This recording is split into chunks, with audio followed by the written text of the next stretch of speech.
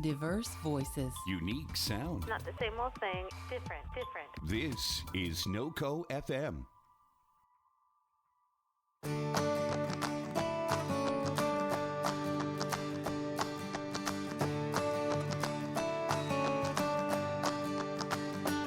Hi, and welcome to Connecting a Better World, where we spend time meeting some of the most incredible human beings who make this world a better place. We will learn how each individual took their ideas, mission, and purpose to create and serve others in business and organizations that surround social good, social entrepreneurship, and social impact, and find out how we, together, can further connect others to help. I am your host, Dr. Natalie Phillips.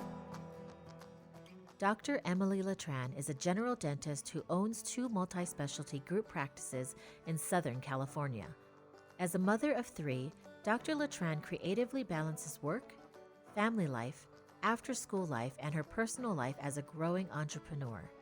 As an author of several books, she is also a certified high-performance coach dedicated to help professionals maximize their potential in their personal and business life, streamline business and increase profits, winning back time from work so that they can enjoy that time with their family, children, and pursue their passion. Dr. Letran is the founder of the nonprofit, the Emily Letran Foundation, dedicated to providing basic dental care to veterans and families of disadvantaged backgrounds in her monthly free dentistry day.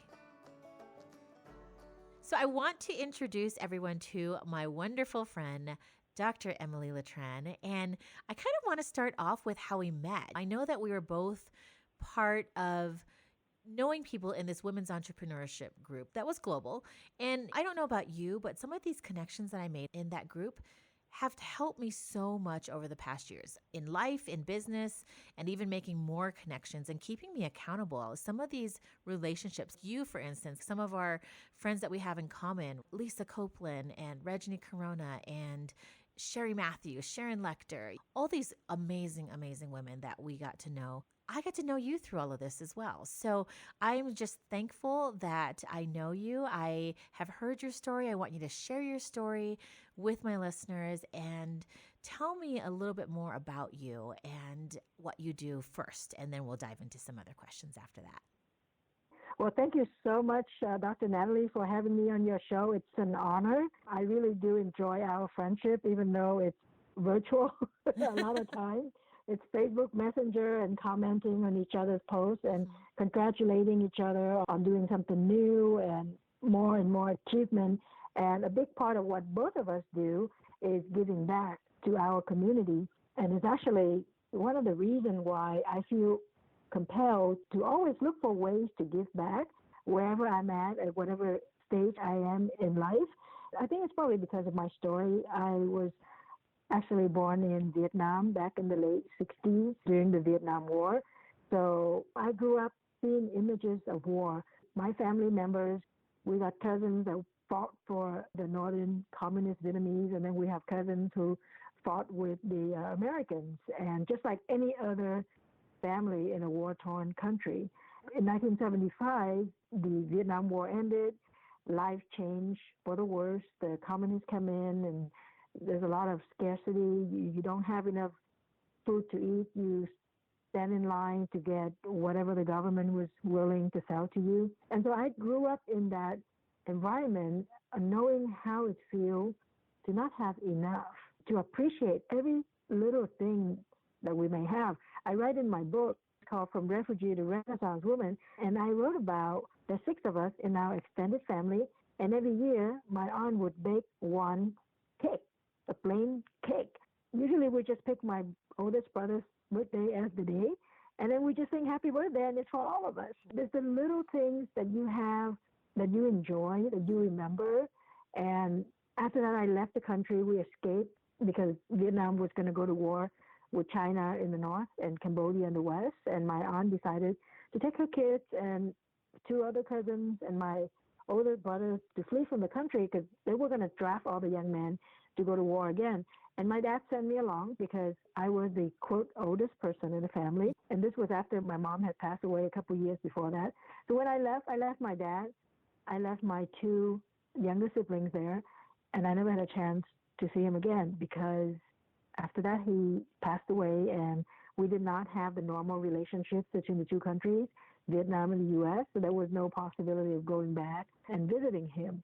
And so my whole life, it was about struggles, overcoming difficulties, and I was very blessed to have received a lot of help. When you come to the country as a refugee, you don't have anything.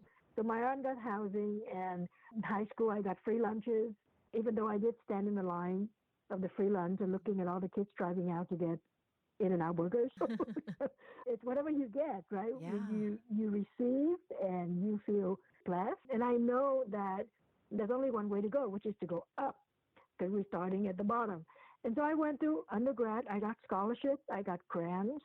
I went to dental school. I got scholarships. Okay, wait. I'm going to stop you there. How did you get all the resources to do that and to get the scholarships? Because that's huge. That is huge. Most of the scholarships are based on merit. Mm-hmm. So if you do well in school, and I was very lucky, I put in a lot of hours. I stay up late to learn English along with everything else being taught to me in school. So I actually graduated from high school valedictorian. So when I went to undergrad, I got scholarship, and this is back in the 80s, so there were a lot more grant money than now. So then I worked, and when spring break is come up, before that the spring break start, I already lined up a job for myself. So I would work during spring break, I worked during summer break, I worked during Christmas break. Then when I went to dental school, I also got scholarship, and I got some grant money, and then I took out some loans. In Westwood near UCLA, we were in a one-bedroom apartment with 5 of us.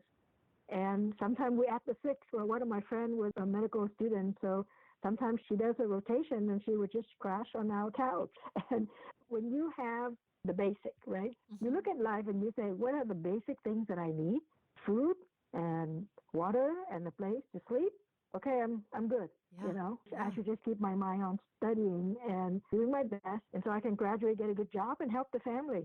So because I receive so much, that I'm lucky to be in this country where there's abundance, there are systems that help some of us who are less fortunate.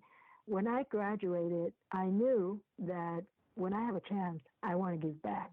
So when I have my dental office, I would treat the patients who come in. Maybe they don't have a lot of money, and you give them the discount and you let them make payments, and then you don't remember to collect, because when they come in, they remind you of you, right? I remember when I first came, if we wanted to go to the dentist, there was this one lady who would come and just pick up several families in a car and just take all of us to the dentist, and basically you're there for the whole day.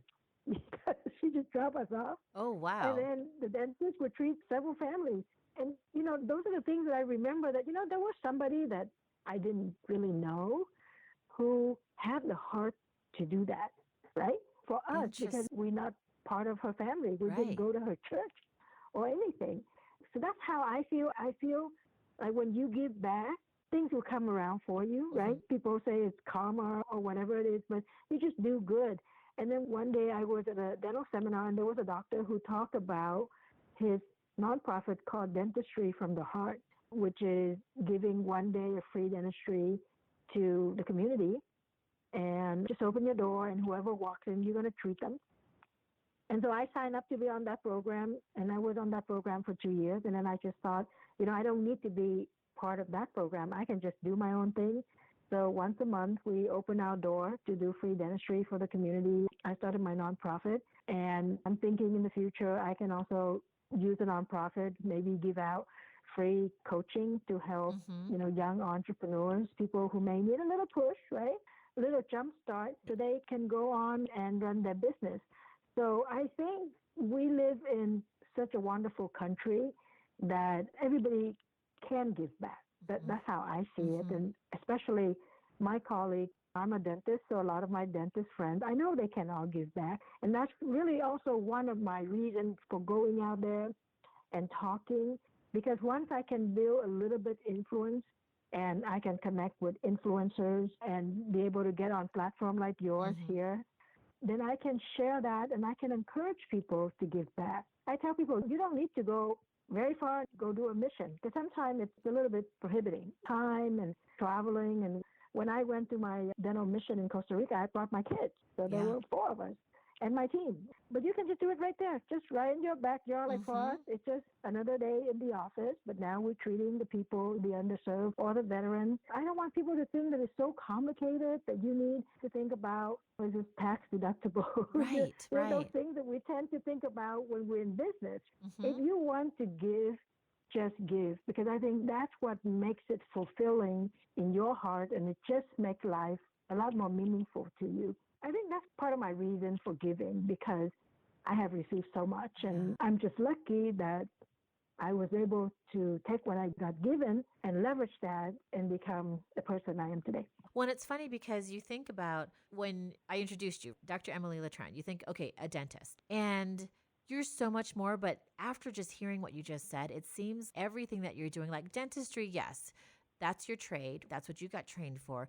But that's kind of on the side because really the bigger picture for you is being able to attend dental conferences where you can kind of get on stage, but it's not really to push the dental practice, but it's to allow people to see this is what my story is. My story is my whole life. And I'm Right. actually wanting to show people that because of my life and because I'm able to give back, I want other people to be able to learn that because you own a couple of successful dental practices. You're a successful business coach, a speaker, an author, a mom. But really, what really inspires me is that you get up there and you tell your story and you share whatever conference you're at, because I've seen you speak at a couple different places. But the main thing is what you teach. You're teaching people not only to be successful, but the reason why it's so important to be successful is to manage your time so that you're able to spend time with your family. Like that's a whole different spin on everything. It's not just to be successful. It's not just to make money, but you're teaching people because it is so important to you that people manage their time to be able to spend time with their family. The one event that I heard you speak at was the Activate Purpose event in LA. And that's what you said. You came up there and we were joking around back and forth because you said, number one, I'm a mom and I'm the best mom. And I was like, wait a minute, Right. But then after your talk and after listening to you, it made sense why you're so adamant about that way that you introduced yourself initially. You didn't introduce yourself as Right. a coach or being a dentist. You introduced yourself as the number one mom. Right. So it's so incredible.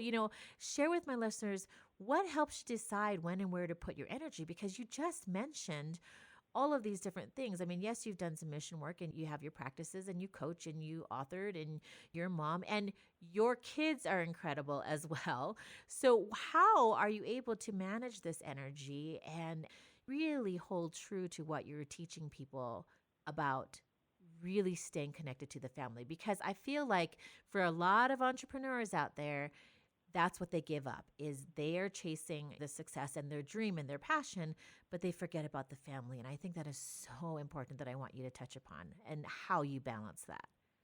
Yeah, and thank you for asking me that. I think, especially if you're a parent, whether you're a mom or you're a dad, I believe that family always comes first because that's where your success starts. To me, and I'm biased, obviously, but I can't call somebody a success if they lose success in business and they just kind of abandon their family. That's my view. I like to see their kids being healthy and happy, the spouse taken care of. I even go so far as, do they take care of their parents? Do they respect their parents? Some people preach one thing and do another thing. And I think for you to have that clarity that what's most important to you, if you say family, like for a lot of Asians, it's the extended family, right? Yeah. You're going to a conference, but if there's a birthday of your nephew, you better get that, Right. and attend the birthday just because the rest of the family is there. Yeah. And I see the difference in that because, for example, my husband, he comes from a very much sort of a nuclear family, just the parents and the kids, and they're more like that. And my family over here, even though we only have our aunt over here, but a bunch of cousins, it's always about the big family. Like everybody needs to get together. Christmas, Thanksgiving, wherever you plan, you better just stay away from those days because you're expected to be there. And I think from that, what you do is you build that sense of family with your kids. And then your kids grow up and they know family is important. Yes. Because I think when you have a root and you have the support, you will tend to support other people more. If I feel fulfilled with my family and happy with my family, then I can give the time to the community because my heart is full with the family. Now let's go and fulfill my heart with the community. And as far as where you put your time, where you put your energy, you need to decide what's most important. I talked to an entrepreneur one time, and she said she's overwhelmed. And I think she said because she's involved in 10 different organizations, boys and girls club, and then she says BNI, whatever it is, 10 different things. But she's very, very busy and she's exhausted. And I just asked her one question. I said, tomorrow, if you can only do one thing, what would you do? And her answer had nothing to do with those organizations, right? Wow. And I told her, I said, well, you know what, maybe you can cut back on some of those. And she has a different angle because she says she works in the loan industry. She specifically told me that she deals with a lot of greed. People want to make more money and more money and that kind of mentality. So she feels like she needs to go and do all these things here with these organizations to make her feel better. And that is a coping mechanism. And I think I would encourage a lot of us as entrepreneurs, sometimes we should look at what we're doing because sometimes we're just trying to cope. I don't want to go clean my desk, so I think I'm going to go start something else. Right. So I can avoid cleaning my desk, and then I'll go do something else. I still feel like I'm productive, but I'm avoiding exactly. that task. I had clients who say, I'm very, very busy working, and then I want to have time to exercise. And then as I'm working, I just grab some snacks. There's no congruence there. Why don't you cook lunch, prepare a couple of lunch, and you take it with you? So then if you want to be healthy and you're working and you're busy, you have your lunch that you have already prepared and you know that it's good for you. And you can satisfy both of that, your exercise, keeping healthy, and you can still do the work. So a lot of times when people say they're overwhelmed, they don't have enough time, I think the majority of the time is because they don't get real clear on what's most important. Right. Maybe it's 3 or 4 people, things, projects that you need to devote your time to. And then you prioritize that. And also, you have to put it on your calendar. If you don't put it on the calendar, it's just not going to happen. Oh, yeah. I can't live without a calendar. Right now, I'm writing a book with one of my friends. We're going to call it No BS Dentistry for Dental Peeps, right? It's supposed to be a funny book. He's very sarcastic. I'm very sarcastic. So we're just going to give you all these insights into dentistry. And I tell my kids, Mom is writing a book. And let me tell you, every night, my son would say, I haven't seen you written anything. Oh, my. Right? And I said, well, tonight, I would give him some excuse, but it's because when you're writing, sometimes you have to be in the mood, right? Right. And if I can't really find that inspiration at that moment, I'm sort of going to skip. But he would remind me every day. I just went to Austin, and I said, well, it's almost 3 hours flight on my way there. I'm going to write my book. And they all look at me, all 3 of them.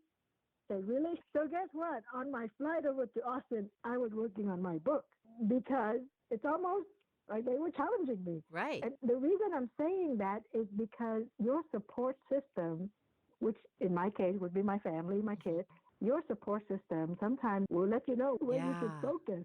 They're the people you do things for. They're the people you love. I mean, either, let's say, you're not married and you don't have a big family. Maybe you have a project. Maybe you have an organization that you dedicate your time to. And that organization, that's where you get the support. And they're going to be the one to help you find that clarity where you should put your time. So we all have 24 hours in the day. What I do is I make time for what I believe is most important. I make time for the people who are most important. And I try not to break those promises with myself. Yeah. You know how you're in clinical practice and patient no show. Patient has an appointment and they no show. And my friends would all be bitching about it because patient break their appointment. And then I'm coaching them as a client and I said, well, you just broke your own appointment. You told me you're going to write a chapter in your book and you no show. And I said, that goes right back to whether or not you're living in congruence with your best self, what you think is most important. If you want to hold other people to keep their promises, then you have to keep your own promises to yourself. And it just gives a different perspective to people. And that's what I hope to convey is whatever you do, if you get into that kind of mindset and that's how you rationalize why you should do certain things. If you do that for your family, you do the same thing for your business. If you put other people first because you have that big heart, then you do that in all scenarios. It's very easy to say no to something that doesn't match his values with you, even if it sounds good, even if it sounds like fun. It's very easy for you to say no. And I think you can minimize distractions that way, and you can just make your life same 24 hours, but you do more of what you want, of what's most meaningful to you. And then once you make that decision, this is the other hard part with entrepreneurs, is not to have those regrets. Make the decision and just live with it. It's easier said than done, but the sooner you can do that, the better it would be. Because I can't tell you how many clients that I coach that's one of their big things. Yeah. You know, I'm missing time with my kids, and I'm stuck in the office, and I would tell them, when the last patient leaves, you are not stuck. You choose to stay there. Exactly. Nobody makes you stay there, so you should just go home. And the next day, you write charts faster. I don't know. Right. No, exactly. Say, I write my chart right? notes very quickly. Yeah. And it's very black and white. Right. And it's very black and white for you. And I see that you're keeping other people and your clients accountable, which is great. But it seems so easy. And I love that your family called you on it as well, because it just goes to show you that you are what you said. You use that term congruent.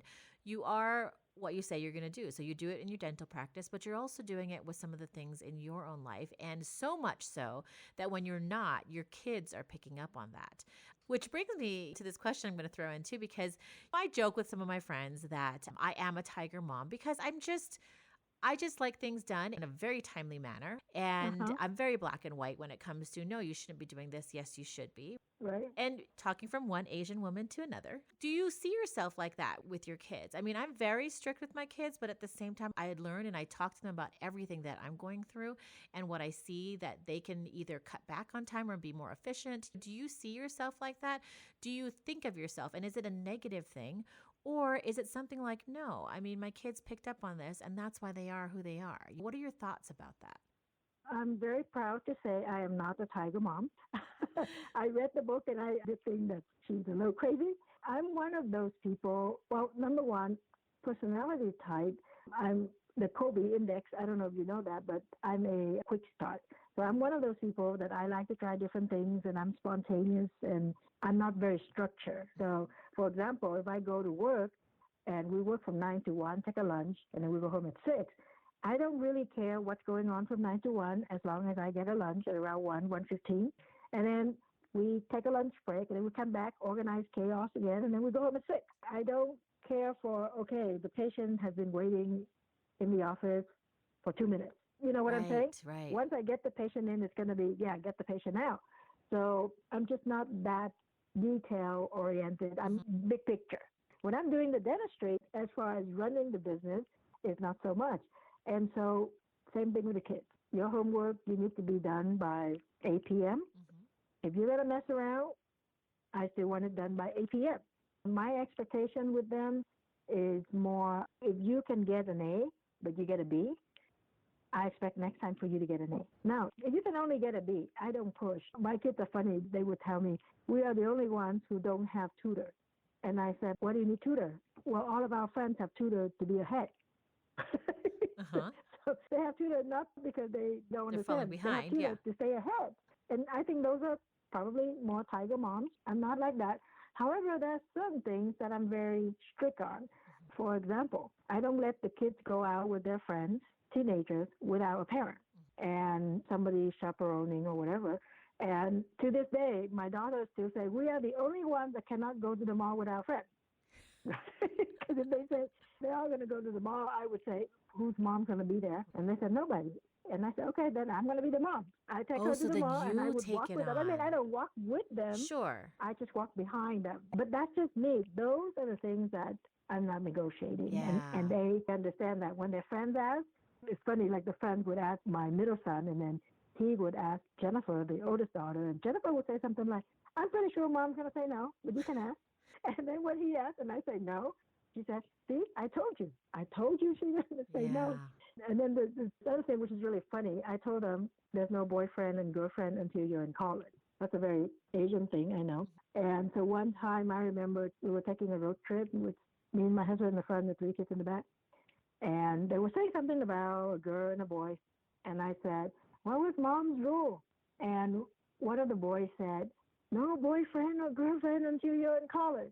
And I was feeling pretty good because, Mm-hmm. hey, remember, what I'm trying to say is when you instill those values, whatever belief you have, the family belief, and you're so strong about that, you can get the kids to follow you. Then they start preaching that to their friends. I don't think it's so much being a tiger mom. It's what you do that show what you believe in. Yep. What are your values? Because I think sometimes you can just say something once and the kids will get it because of how serious you are. I do see that with the parents around me. Sometimes they're very pushy with their kids. And, my kids, they know that I'm not pushy. They know that at the end of every quarter, whatever, they're supposed to show me their grades. And I ask them about their grades all the time, but I'm not on top of them. I don't have them studying day and night. They all have to learn the piano. For me, it's more discipline. I put all three of them in Taekwondo. That's a forced way of exercise because they didn't want to go exercise. So I said, all right, I'm just going to put all of you guys, all three of you in Taekwondo. And they all got to the black belt. So for me, what I want to teach them is more self-discipline. That is something that we're supposed to do. We're going to do it. We just have to do it. Don't question, don't ask. There's value in it. That's why mom or dad want you to do that. Right. So I don't think there's anything wrong with being a tiger mom. I would question why. Why do you need your kid to get to all this? Or why do you have to go to that would be- extreme? Because you could still get your point across and without having to go to that extreme. Right, but sometimes they do it because there's no good reason, though. I want this for status. So what does a status bring? What does a status bring to the kid? Those kind of questions that actually ask you about your values. It's not the external values. It's the intrinsic values of your family and of your life.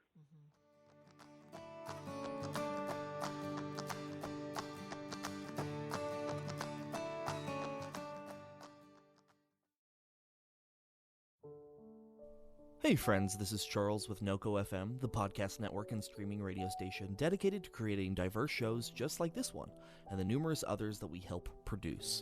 We hope you'll consider becoming a supporter on Patreon, which helps us pay our hosts, produce more shows, and allows us to give back to nonprofits in northern Colorado. Not only do you become part of our community, but giving also gets you access to an incredible selection of exclusive content from all of our creators, starting at just $2 a month. To get started now, just visit noco.fm/patron and sign up. Once again, that's noco.fm/patron. Now, back to the show.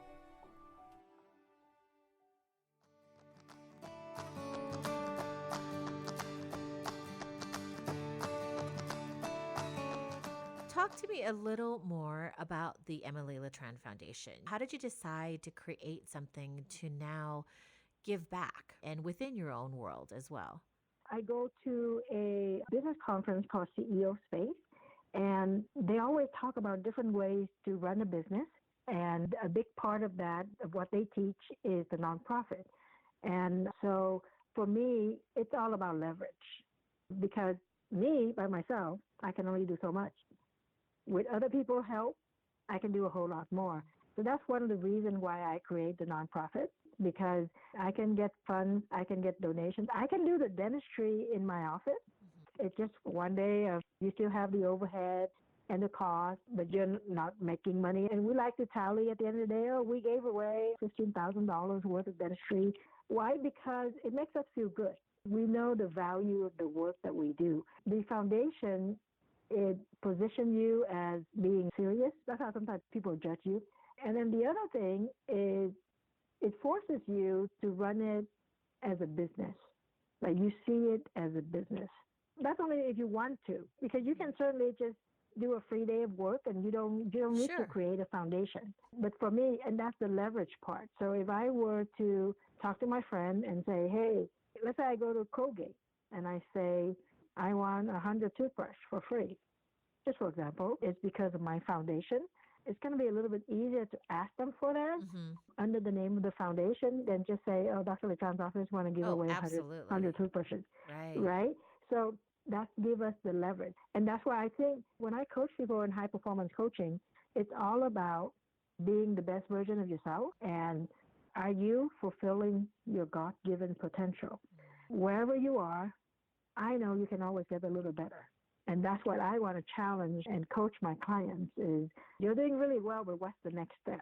And a lot of my clients, they running $1 million practice or whatever it is. The next thing is, what do you do to give back?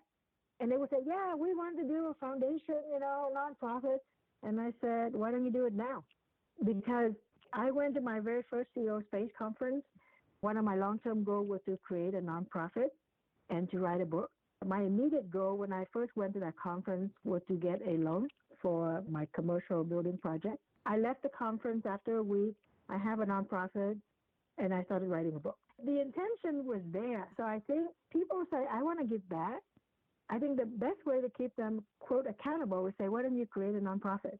Like, why don't you give it a structure? Because one is the structure, and there's a name or a logo or whatever associated with it. Then you take it a little bit more seriously, and you can also get more support from people around you, whether it's a donation or somebody say something nice for you. When I started the nonprofit, I called up Frank Shengwitz. He is the founder of the Make-A-Wish Foundation. I also met him at CEO Space, and I just say, hey, Frank, how do you do the foundation, et cetera, et cetera. And then he sent me a whole statement endorsing my nonprofit. Oh, wow. Yeah, and it's on my website, and it's really cool because I got a picture standing next to Frank Shangwood. And now we met each other several times since then. One of the several members of CEO Space has made a movie about him. And I think he'll be nominated for the Oscars. Oh, wow. That's incredible. Yeah. Yeah. So if you think about it, if you can put yourself in those circles, in those conferences or whatever, where you meet these people who are doing so much good for the world, your ambition goes up a little higher. And I think if you have ambition to give back, that's absolutely gold. Yeah, I think it pushes you intrinsically as well. Right. How do you find some of these opportunities? You talked about CEO Space. I believe your son went to CEO Space, right, that one time with you. How do you find these events and meet these people? I mean, I've seen you at events to connect to people. And I mean, it's incredible to watch because you're really interested in people and learning about what they do, but you don't waste time at these events. You're really like, I'm here and I need to get these things done. So my question is, how do you find these opportunities? Did you just type in CEO Space? Did somebody tell you about it? And how do you meet these people so quickly? I think the two things. One is the clarity. What do you want? At this point, I'm coaching my clients. If you're going to sign up for a project, if you're going to go to a conference, I need to know two things. What do you want to get out of that conference? I shared this quick story with you. I went to the UK to attend a friend's conference, and one of her friends is a publisher of a magazine. And when I went to that event, I told myself I want to meet that lady and I want to be in her magazine. So I went there, talked to her real quick, gave her my book. I came back, invited her to be on my web radio show. And right after that, she put on her magazine. And then after that, when she came back to the U.S., I invited her to one of my meetups. She went and she spoke there, and then she invited me to go to the U.K. and speak. So all of these things are there because I set that intention. Like I go there, I want to meet that person. So if you're very clear in what's next, what's the next step, what's the most important thing for me, I think, first of all, you just start seeing those opportunities. Whereas if you just go and you don't really have an intention, sometimes you miss the opportunity. That's right? a great point. And then the second thing is you put it out there. You tell people, I want to do this. How do I find a person who can support me, who can teach me? And an organization like CEO Space, it's very easy. You go there and you say, I'm looking for this. And they'll point you to whoever there or whoever in that group who has the connection or who can directly help you. I think a lot of us, when we don't set deadlines, so maybe we say, I want to do this, but then you don't have a deadline, then you're not really going to do it because you don't push yourself. Like if you say, I'm going to write a book, and then you don't say, I want to write a book by Thanksgiving, just for example, then you don't think about a book. But if you say, I want to write a book by Thanksgiving, then now you start watching the calendar. Yes, I am in that process right now. We have deadlines. Right. Like this book I'm writing, we already have a mock cover. I went to Fiverr. I tell them to make the cover. I'm writing because it's a collaboration. So I'm writing and my friend's writing. And then I said, hey, do you think you're going to be done when? So now we put the deadline as October 1st. And I said, as soon as we more than halfway through, I'm going to start promoting the book. It has to get really real. And then I started talking to the editor and she said, well, I'm going to need so much time. And then we talk to the publisher. And so we're working backwards to see. So now we're looking at 3 weeks to finish this so that we can have the book in our hand October 1st. And so it's the intention. If you want to put that book out there, always reach out to your circle of friends, because sometimes you don't know what your friends are doing. And I may just say, I'm looking for this, and then it could be your best friend who's already doing that. Right. And then you just refer your friend to me. So I want to use friends, not use as in use, but friends and colleagues as my support system. It's not to chit-chat. It's not to gossip. It's not just to have fun. I don't want to say, I'm going to leverage our friendship. Right. But if it is for a good cause, so I can do more good, and you can be part of that, then why not? Because they are your friends, so you've already sort of vetted these people and you trust them. So it makes it a lot easier. Right. And I just seek people out. I was sharing at the dental conference, I said, a lot of times somebody posts something on Facebook, I'm on this podcast, I just message the person and say, I want to be on your podcast. Like I did with you, right? Yeah, absolutely. And then you say, okay, come on the podcast. And it was funny because I was speaking at the conference, and the guy who ran the conference, he said, I can totally vouch for that. She was bugging me to invite her as a speaker. Here's a funny story. I had reached out to him last year, and I said, I should be on your stage. And he said, he already had enough speakers. And I said, okay, then you should keep me in mind for this year. And then one of our very good friends, Sherry Matthews, is one of his patients. One day she just messaged me, and she said, I was telling my dentist about you. And I said, who's your dentist? Dr. Twan. And I said, oh, that's nice. Tell him I need to be on his stage. Oh, my goodness. And the next thing is we reconnect, and I'm on his stage. But see, that would not have happened if I didn't ask him first. Now he said, this person is serious. She asked me since last year. He's asking me again. This patient is saying that she's actually a pretty good speaker. So she said, you should put her on your stage. So I don't want to say that it's planting seeds per se. What it is I say, put your purpose out there. Tell people, this is what I want. This is what I want to accomplish. And if they have that same purpose like you, if they see that you're trying to create values, they'll support you. The next time something happens, something come up that they know that you could benefit from, they'll connect you. And then you do the same thing. And I think that's how we all grow. What they say that the higher tide just lifts up all the boats. But sometimes it could be across industry. And so it's more about always having that intention, putting it out there to get the support. And then people also know, oh, she actually means it. That's all she talks about. That's all she does. She actually is serious about this. So let's just get behind her and help her. And that's how I get to meet so many people. And that's how I get a lot of support. I think I'm just out there talking about it all the time. Yeah, but it's true. Like, you do have to put yourself out there, because if you don't speak it, nobody knows, and you never know who's going to know that next connection for you to then push the needle forward. And it shows how important it is to you. So going back to just you bringing up your kids and you giving back to your own dental community and back to entrepreneurs, because even with your coaching business too, and even your speaking, your engagements, I feel like everything that you do, you are giving back to people because you've paved the way and you're sharing some of the things that you've learned. So what along your journey has been one of the most memorable connections or stories that may have impacted you, and why you continue to do what you do? There are a lot of people along the way that give me feedback, letting me know that I'm doing the right thing, per se, that help them change their lives. I would say one of the most recent story, and it's not even a story, I went to Australia and I put on a small event, and it was sponsored by a brokerage company. They help people buy dental offices. I spoke there, and there was one member of that company sitting in the room. So then the next day, I was speaking at a dental conference, and it was for women. It's called Dentistry by Women. It was in Gold Coast, Australia. So then I went home, and usually when I speak, several people would come up to me and say, you touched my heart, and et cetera, et cetera. But then I got this message on LinkedIn, and the message was from one of the brokers from that brokerage.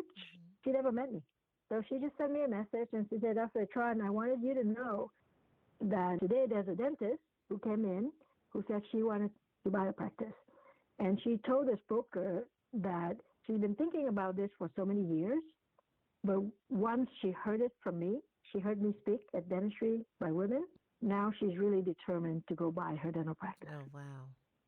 And she just said, I thought I let you know that you impact people. And if you think about that, I don't know the dentist. I don't even know this broker. Right. But this broker realized that impact, and she actually took the time to reach out and tell me, because she didn't have to do that. She wasn't the broker who was in the room. So I would say I have a lot of tearjerker stories to tell people about how much you can change people's lives and how you can touch people's lives. But I think the better way to look at it is you will never know the extent of your touch or your impact. What you want to think is, I want everybody to know that what you do impacts lives, especially if you're doing it with intention. You don't need to know that, oh, I should talk to you and I should help you. Maybe I help you solve that problem, and then you go and you do something else that impacts a lot of other lives. It may be just one thing I say, like this one doctor. Imagine now she want to go buy a practice. She's going to change her family. She's going to change her income. Maybe once she has her practice, she's going to go do some free dentistry. I mean, you can't even imagine how much impact there is. And the other thing is, just take time and let people know how much you appreciate, because sometimes I think that's the only encouragement people get. I love especially that. when they're out doing this kind of work. Like Yep. you giving back, or maybe you're speaking and you tell a story. It's maybe 10, 15 people come up to me and tell me, yo, that's a great story. Yesterday I gave my talk, and at dinner, several people were complaining that their eyelashes were falling out. And they were telling me, it's all your fault. You make me cry. Oh. Imagine if they cry, whatever I say that touched them, it's going to stay with them a little longer. Yeah. And they're going to go home, and maybe they share the story. Maybe they go to the office the next day and they're nicer to the patients, right? They're kinder to their colleagues.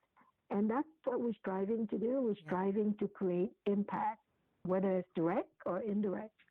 It is true. And I feel like some of the people that I know, because they are making impact, is because of what you just said. It's their intention. They're putting themselves out there, just being who they are, sharing what they do. And that's all they have. They don't care about any accolades or any kind of feedback, but they're doing it because they want to do it. And then the next point that you made too was that you might not ever know what you're doing, but it doesn't matter to these people making impact, because they don't care about what impacting others. They just know that there's something in them that they need to get out there, because whoever it touches, it's going to touch. And it's not even that goal of touching somebody. It's just the fact of, this is super important to me. And if it's important to me, hey, maybe it's going to be important to somebody else. But then I like even your third point too, of also, if you've been touched by something, giving that input back to the person that has touched you, because you don't have to go out of your way to do it, but sometimes that might be the only thing that they do hear. And you never know what point in their life that they are in or where they're sitting. Maybe you giving them that feedback just gave them a little bit more of that oomph to continue what they're doing as well, right? Because you never know. Yes, these people are inspirational. Yes, these people are motivational, but you never know if what even you say has given them a little bit more of just that drive to continue doing what they're doing. So man, I mean, there's a lot of wisdom there in what you just shared. You just dropped a lot of wisdom, and in just a small little story. Like you said, oh, it's not even really a story, but it's true. Some of the points that you pulled out of that. I do want to make a point, and this is something that I learned from CO Space, because as individuals, as entrepreneurs, we all have families to support. So I think our first responsibility is to take care of the family. So you need to create a business that gives you profit. And then you create a, quote, side business, and this could be your nonprofit. And then you devote whatever time, like, okay, for me, it's one day a month. For you, it could be one trip a month or whatever it is. And that's the time when you just give and you don't care about the pay or whatever the return. And if you can operate like that, there's never a struggle about, I need money. You know what I'm saying? Right. Because sometimes there are people who say, oh, I want to start a nonprofit, and they go all in, but they don't have a business structure. That's why I say you need to approach it from a business kind of view. If you run a nonprofit, technically you should get paid quote unquote, right? Mm-hmm. You get compensated. So that's how you're going to sustain your life, and you can work for the nonprofit. Right. Some of us are creating it sort of like a side business thing, and we don't need to draw any kind of income from there. We may put our money in, we may get donation to put in. So whenever you want to give back, take some time, learn different structures so you can do it as a fulfillment for your heart. You can do it without sacrificing your money or your family time or things that you should have given to your family, and you give to the nonprofit. And I think you understand what I'm saying. Yeah. And when you do that, you can sustain it much longer. You can grow it, and then you get more people to support you in running that nonprofit. Because sometimes I talk to people who want to create a nonprofit and they start it, but then they can't raise the funds and there's nothing to generate income. At some point, they just abandon it. But that's what's fulfilling their soul, right? That's the part that they like to do. If you want to give back, treat it just like a real project. Treat it like a job. Treat it like a business, and you're going to be more successful. I love that. I love just learning that because you totally mixed the business part and the wisdom of running a business and making a profit with the heart and soul of giving back, and how people can get confused with that, because a lot of people have that urge that they want to give back, but you have to be smart and you have to also understand the importance of the business as well. And like you said, to feed your family and to take care of your family first. So it's family first. And then going off of that urge and that heart to give back after that. Thank you for allowing me to do that. I think my recommendation for anybody, you want to run a successful business, you want to give back, is really to invest the time and the money to study. I think you owe that to yourself to make life better in a very predictable way. Most people don't become successful by chance. They either have learned along the way, they go to school or whatever it is, training, and that way you're not going to waste time.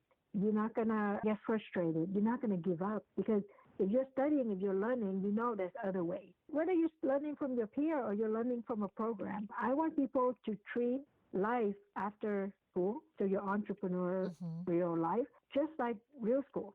Take it seriously. Invest the time to better yourself so you can do a better job. And if anybody likes, they can go and download my ebook. They can go to exceptionalleverage.com/business report. And what it is an ebook that it actually shares my story, some of the story that I've been sharing about my personal life coming here to the country, and some tips on how to run your business, how to grow your business, Nice. how to overcome difficulties.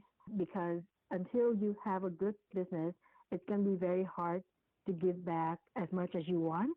And everybody got to start there. You take care of yourself, you take care of your family, then you can go and take care of the rest of the world. I love it.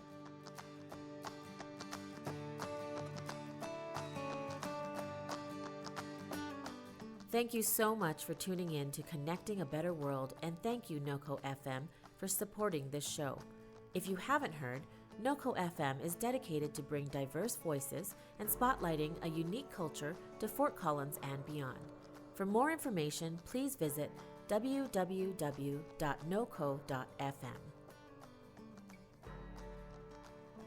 If you connected to something in this episode, we would love to hear from you.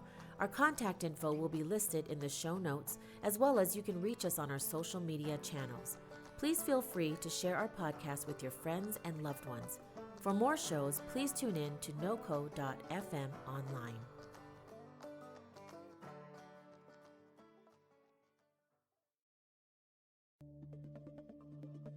This has been a production of Naoko FM.